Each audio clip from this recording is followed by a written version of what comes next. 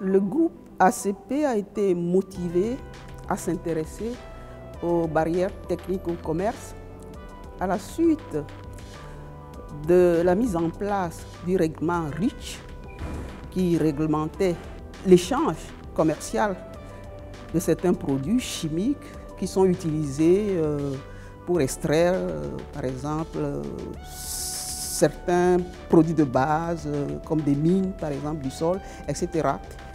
Et pour faire face à cela, nous avons demandé qu'on renforce notre capacité. Nous nous sommes rendus compte qu'il faudrait justement renforcer nos capacités pour être capables de faire face à ce que demande ce règlement. Dans le cadre de la programmation avec l'Union européenne, la Commission européenne, on est arrivé à proposer autre chose ensemble, en se disant que tous les pays ACP ne sont pas concernés par les produits miniers seulement, mais il y a d'autres secteurs qui peuvent intéresser les pays ACP et on a demandé d'étendre justement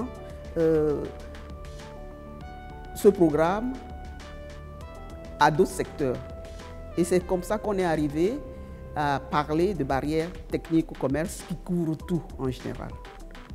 Pourquoi? C'est que dans le passé, on s'est beaucoup intéressé aux normes sanitaires et phytosanitaires qui concernent surtout les produits alimentaires.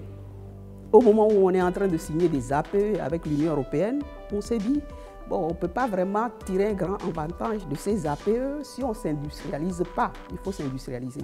Et donc, les autres normes dont je viens de parler ne s'intéressent qu'aux produits de base, surtout aux produits alimentaires et agricoles.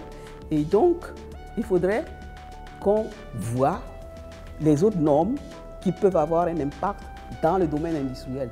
Et donc, ça justifie aussi pourquoi on a étendu cette histoire du REACH à toutes les normes, les barrières techniques au commerce pour pouvoir prendre en considération toutes nos préoccupations dans ce domaine, comme je viens de l'expliquer.